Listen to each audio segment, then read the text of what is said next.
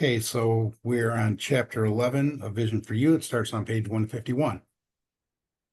Top of the page. This is the last chapter of the book, by the way. This will be the last chapter that also covers step 12.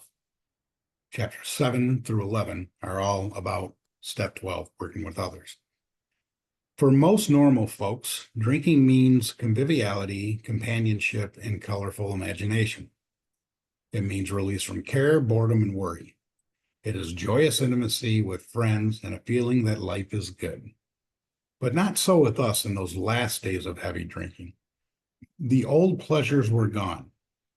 This would be a good thing to underline. The old pleasures are the old pleasures gone? Are you convinced of that? The old pleasures were gone. They were but memories. Never could we recapture the great moments of the past. There was an insistent yearning to enjoy life as we once did, and a heartbreaking obsession that some new miracle of control would enable us to do it. There was always one more attempt and one more failure. This is all about the cycle, trying to get that sense of ease and comfort, and then this heartbreaking obsession for this new miracle of control, and we can't control it. We have too much, and we emerge remorseful, and life continues to go down the tubes, and we're never able to recapture those great moments that we were looking for. It's part of the progression. The less people tolerated us, the more we withdrew from society and from life itself. As we became subjects of King Alcohol, shivering denizens of his mad realm, the chilling vapor that is loneliness settled down. It thickened, ever becoming blacker. Some of us sought out sordid places, hoping to find understanding, companionship, and approval. Momentarily we did. Then would come oblivion and the awful awakening to face the hideous four horsemen: terror, bewilderment, frustration, despair. Unhappy drinkers who read this page will understand. Everybody here understand that? Mm-hmm. Everybody remember the terror, the bewilderment, the frustration, and the despair. It says unhappy. It doesn't even say alcoholics. It says unhappy drinkers will understand that. Now and then a serious drinker, being dry at the moment. Oh, what is that code word for? Being dry at the moment. I think we can sum that up into one word, right? Wouldn't that be sober? Right? So we get this guy. I like looking at this as a guy in AA coming in, new guy, right? And newer. May have been around for a month or two, right? And so he's only sober. And this is what he's saying. This is what's coming on. And Frank, I'm certain you've heard people say this before at meetings, these new guys. I don't miss it at all. I feel better, I work better, and I have a better time. Life is great, right? As ex-problem drinkers, that's us being recovered, we smile at such a sally because we know our friend is like a boy whistling in the dark to keep up his spirits. He fools himself. Inwardly, he would give anything to take half a dozen drinks and get away with them. And he will presently try the old game again, for he isn't happy about his sobriety. He cannot picture life with alcohol or without alcohol. So I want to really dive into that. If you take this into context, so it says that we, ex-problem drinkers, we smile at this, like we know something he doesn't know. And we do. And it's in that last sentence there. He isn't happy about his sobriety. If we've learned anything at all from the doctor's opinion, and the cycle that every one of us goes through, it is at the very beginning of that cycle. When we are sober, we're restless, irritable, and discontent. When we're only sober, it means we're miserable, right? The problem with the alcoholic is we can get sober. We can always get, I go back to thinking all the time, you hear the question, it's like, why can't I stop drinking? And that's really, once you start understanding this, that is the wrong question. It's not why can't I stop? It's why do I start? That's the real question. We can all stop for a period of time, but why do I start? And we start because of this. We can't be sober and happy at this. If you're an alcoholic, you cannot be sober and happy at the same time. And it says he is not happy about his sobriety. We understand that. We know he's like a boy whistling in the dark, because if he's only sober, he is miserable and he would give anything, because what do we know he's thinking of? We know the next part of it. He's sober and he's unhappy. So what's the next part of the cycle? He's thinking about the ease and comfort that he's going to get from a few drinks. right? And we know if he doesn't do anything else and he's an alcoholic, the time and place is going to come. He's going to pick it up again. And by doing so, that means that he is going to try the old game. That's what they're saying here. He will try the old game again. We know it because he's not happy about his sobriety, cannot picture life without alcohol. He has no ease and comfort. He's miserable, right? And now let's move on to the second piece of this, because this is very instructive too. And I always look at these last few sentences here is where I ended up after bouncing in and out of AA from the age of 14 to the age of 25, 15 to 25 roughly, or 14 to 24. It's about 10 years of bouncing in and out. And that's what I liken this to. So someday he will be unable to imagine with life either with alcohol or without it.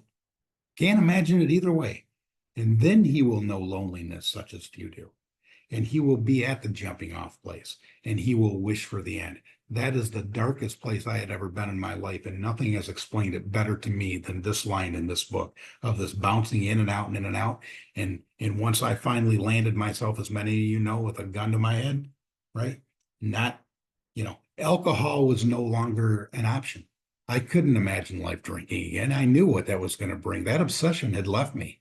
I'm just left with being sober and miserable. And I've been sober a long time at that point. I've been sober quite some time. I think it was about 15, 16 years. But I also couldn't imagine life without alcohol either. I couldn't imagine life with no relief. The bottom line is I wasn't sober and happy. I had gone 16 years with no relief at all. And that is what they mean by wishing, being at the jumping off place and wishing for the end. I understand that very clearly. And that is a warning that I put out to anybody who sits on the fence or plays with this bouncing in and out, because you don't know when your last one's going to be. You just don't know. I don't know how many more you're going to have in you. We just don't know where that is. Dangerous place, though. This is deadly whether you're drinking or not as an alcoholic. Untreated alcoholism for an alcoholic who's not drinking is just as deadly as for somebody who is drinking. Just as deadly. We've shown you how we got out from under. And you say, yes, I'm willing, but am I to consign to a life where I shall be stupid, boring, and glum like some righteous people I see? I know I must get along without liquor, but how can I? Have you a sufficient substitute? So what is the substitute that's going to bring meaning into our life? Yes, there is a substitute, and it's vastly more than that. It is the fellowship of Alcoholics Anonymous. So this is the other Alcoholics Anonymous. We know we got the book here entitled Alcoholics Anonymous. We also have the fellowship of Alcoholics Anonymous. That's where we work with other people, by the way. There you're going to find release from care, boredom, and worry. Your imagination will be fired. You know what that sentence means to me? Your imagination will be fired. Back when we'll get to this here real shortly too. 159, the bottom of the page, when we talk about what an AA meeting is, right? Constantly thinking how I can present this discovery to some newcomer. I still do that with this book. Still constantly, how can I explain this to get it through to a new guy? And it fires my imagination like nothing else does. And it's never gotten boring since I've been studying this book. Life will mean something at last. 100%. The most satisfactory years of your existence lie ahead. And they have since I've been doing this. Thus we find the fellowship, and so will you. So how is that to come about, you ask? Where am I to find these people? Keep in mind, this was written in 1939. We only had a few meetings at that time in the whole country, right?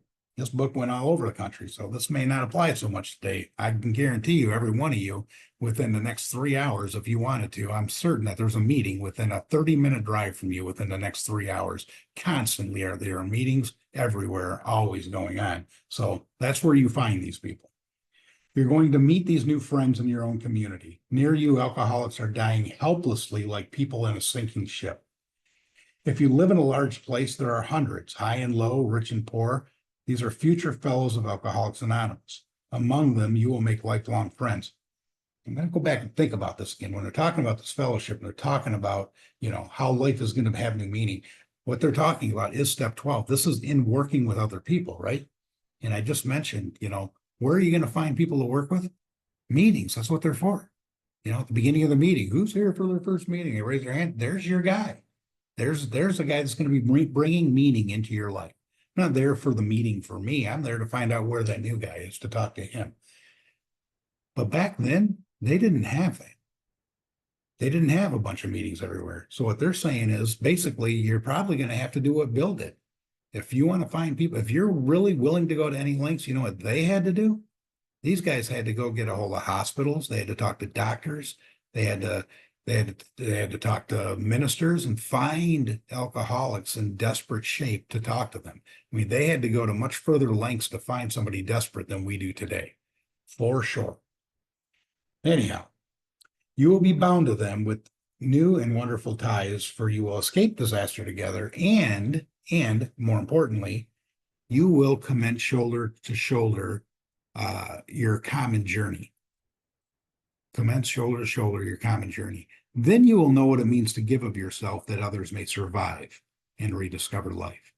You will learn the full meaning of love thy neighbor as thyself. So I want to go back to that last sentence. It says that we're going to be bound to these people with a new and wonderful tie because two things have happened. One is that we've escaped disaster together. And two, that we can commence shoulder to shoulder on a common journey. And I'm going to go back to, I believe in the beginning of There is a Solution. Yeah, there is a solution on page 17. If you go in the second paragraph there, about halfway down, says, unlike the feelings of a ship's passengers, however, our joy in escape from disaster, that's what they just talked about, escaping disaster, it doesn't subside as we go our individual ways. So this feeling of having shared in a common peril, it's one element, which we just learned, there's two. It's one element in the powerful cement which binds us. But that in itself would never have held us together as we are now joined. The tremendous fact for every one of us is that we have discovered a common solution. We have a way out on which we can absolutely agree and upon which we can join in brotherly and harmonious action. Sounds like the same as commencing shoulder to shoulder in our common journey. And what that's really instructive is that the Fellowship of Alcoholics Anonymous is what they're telling us is it does not grow around the common peril that we're all alcoholics and we've had these same similar experiences with drinking. The common peril is not the thing that binds us and holds us together. What holds us together is the common solution, the way out that we join together in brotherly and harmonious action. That's what they're talking about here. It may seem incredible that these men are to become happy. We just read about unhappy and sober. These men become happy, respected, and useful once more. How can they rise out of such misery, bad repute, and hopelessness? The practical answer is that since these things have happened with us, well, they can happen with you. Underline, should you wish them above all else. And two, be willing to make use of our experience. Remember, no further authentication is necessary. We're sure that they will come. The age of miracles is still with us. Our own recovery proves that. Our hope is that when this chip of a book is launched on the world tide of alcoholism, defeated drinkers will seize upon it to follow its suggestions. Many, we are sure, will rise to their feet and march on. They will approach still other sick ones, and fellowships of Alcoholics Anonymous may spring up in each city and hamlet, havens for those who must find a way out. And my God, we're actually reading when they were writing this before it even happened. And we see today that has happened all around the world. It's an incredible thing to see. I think with that, we'll go ahead and stop